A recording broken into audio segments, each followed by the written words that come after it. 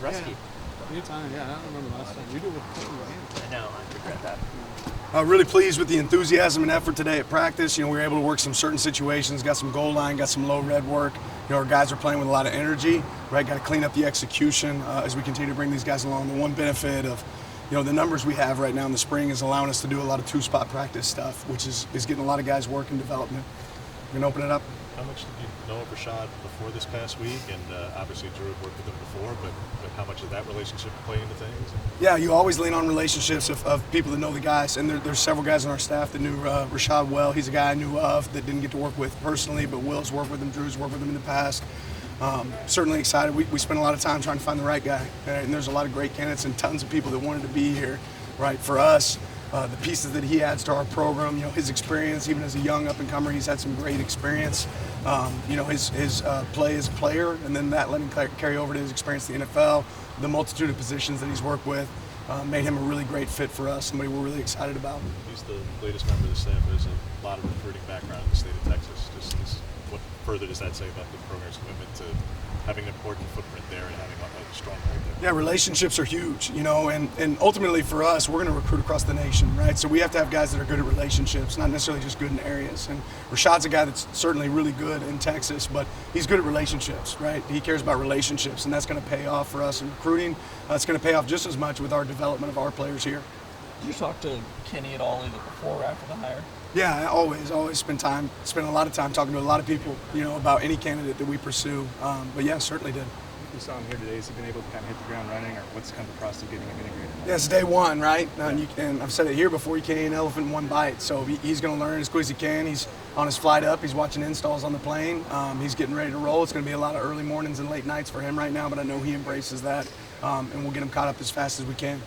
How has the running back room dealt with that change? Obviously, that's a big change. Losing your assistant, how have they kind of adjusted to that? Yeah, you always watch. You always watch a group and see, okay, what's the next practice going to look like? What's that next mode? And I'm really proud of the way these guys have attacked it, right? Their focus has been on how can they improve, right? And if they can improve, it improves the team. So these guys are really excited about what lies in front of them. They know the rest of the team and what we have around them, right? And that's something they want to play for and play with. And certainly they're excited about the hire. What have you seen from Dylan Gabriel this spring so far? How has he adjusted overall just to the environment? Yeah, just continuing to grow. When you put pads on, you're playing real football, and all of a sudden there's a D lineman that has his hands up, and you're not throwing a route on air anymore, or a pocket breaks down and you got to scramble, right? That changes, and you got to play real football, right? Dylan's done a good job of playing real football, taking care of the ball, understanding where the ball goes, and continue to learn what everybody else around him's doing. And getting to know him as a person, what's stood out to you so far? Yeah, really, a guy that cares about people, right? I think everything that Dylan does, it talks about, who else on this team can he impact? Who else can he influence? Whether it's having the guys over for a meal, whether it's spending time with wide receivers away from football. I think you continue to see, his maturity and the time that he's played. How do you feel like the players have responded to him? Yeah, I think very well. I think we got a mature team. You're talking about year 3 of this team. There's certainly a lot of young players on it, but they understand what the standards and the culture has been set, and they're focused on competing for themselves, right? Each guy's got to go out there and do his job, not spend his time worrying about somebody else. But I think they have a lot of confidence in a guy that understands football. Him, Dante, Austin, right, Luke, Brock, all these guys have done a really good job, and whoever's on the field of operating that system. What do you evaluate Jerion from when he arrived last fall to right now? He's light years ahead of when he arrived, and he's still got a long ways to go for him to be the player I know he can be, right? I've seen a ton of flash plays. I'm looking for more consistency, with Jerion, but he has got exceptional talent, and he's got the want to. This guy wants to be great, right? And if you have that and you start attacking what you got to continue to improve, right, that's when you can start to separate yourself. Probably a little more focus, play to play, right, and being able to carry that over each play. The next play is the most important play, but really pleased with Jerion so far this spring. Ted said he's better understanding what he's helping the younger guys now. Are you seeing that as well? Yeah, see better, right? But I want everybody to be doctorates at their position, right? And it takes a while to become a doctor, right? They don't just hand those degrees out, right? You got to go earn it. It takes a lot of class. It takes a lot of time. So, like I said, Jerion's a lot further ahead than when he first got here. He's in much better shape. He's healthier, right? And now it's continuing to master that position. At that position, Dave, you have so many true freshmen. What do they have to do to show that aptitude, that divulging the playbook at the end of spring to put themselves in position to be players and contributors in the fall? Yeah, we're going to play as many guys that can play at a high level. So what do they have to do? They have to prove that they can play winning football, right? And that takes a little bit of everything, right? Understanding what your assignment is, being able to execute your assignment, making sure the players around you have confidence in your job. What's it like having Ryan walk back around the program? Yeah, I love having Ryan here. One, obviously, Oregon means a little bit more to Ryan, right? Being here as a player, this area, what it means to him, his story about becoming a player here, I think is an amazing story. But just seeing the way that he interacts with our players, right, and is able to see it from a little bit different lens than some of our coaches, I think it's a real benefit. From last spring to this spring, players like Mateo and Blake and Tatum, what do you think you've seen them grow the most?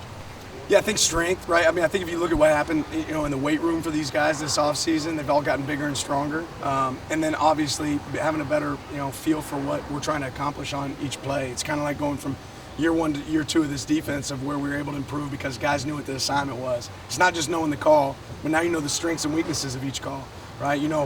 Where you can lose leverage, where you can win leverage. Where are my eyes at pre-snap? All those things have really cleaned up for those guys. What's having a guy like Keon still around?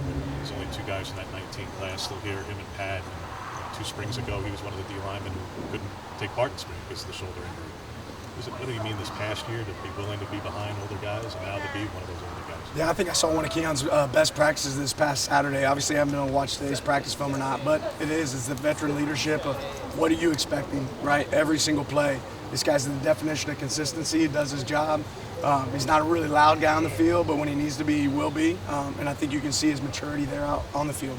How do you think that having experienced guys like Jordan and Noah in the running back room help with bringing in a new coach this late in the process? Well, just that. We're not spending a ton of time teaching the plays to Jordan and Noah. We're going to spend that time teaching it to the coach, right? So when those guys are ahead of the curve, they know what we're trying to accomplish. They've been well coached. And then we have, other good coaches around that can continue to pour into that. It's going to allow Rashad to be able to get into that a lot quicker and a lot easier for him. Former Duck Wyndham Clark making his first Masters appearance this week. Do you have any plans to tune in and watch that? I'm going to try to catch as much as I can, right? We'll be busy working and practicing both Thursday and Saturday, but I certainly hope Wyndham goes out there and takes care of business. What does having the added depth you have in the secondary, particularly the experienced guys now, allow you to do more dime, potentially? Tosh and Chris were talking about that. Might some of those guys be getting a crack at it? Yeah, I think time will tell on that. Right now the depth is what allowed us to practice on 2 fields. It's allowed to work us at guys at multiple positions. We always talk about position versatility in the back end. Potentially could get into more dime, but you always have to figure out what's your best 11 on the field, right? And if we need to do that or carry that, we'll carry it for certain teams. It's not something I really want to attack a ton of in spring, right? We're more focused on us. Your pass rush was so improved last season. We got replaced. Players responsible for nearly half of it. It wasn't all front 7 guys. What do you have to see to identify who some of those guys, who some of those shot callers will be in the fall? What do you have to see in the spring? Yeah, see it show up in practice, right? Who are the guys that can get to the quarterback in practice, right? And continue to challenge ourselves from a scheme standpoint that's going to allow us to get those sacks. I think we have the guys that can win up front, but we have a really good O-line that we do go against every day, and that's a great indication of where we're at there. Closing in kind of the midpoint of spring, what broadly has impressed you maybe most about this group? Yeah, I just think we're with the walkthroughs and the temperament of how we prep, right? It's really put us ahead of the curve. We're not seeing a field with a bunch of MAs, guys making a lot of mistakes, right? It's technical errors that we can clean up, right? It's the compete that we can clean up. But from knowing what my assignment is, my job is, we're a lot cleaner there than we were in year 1 and year 2.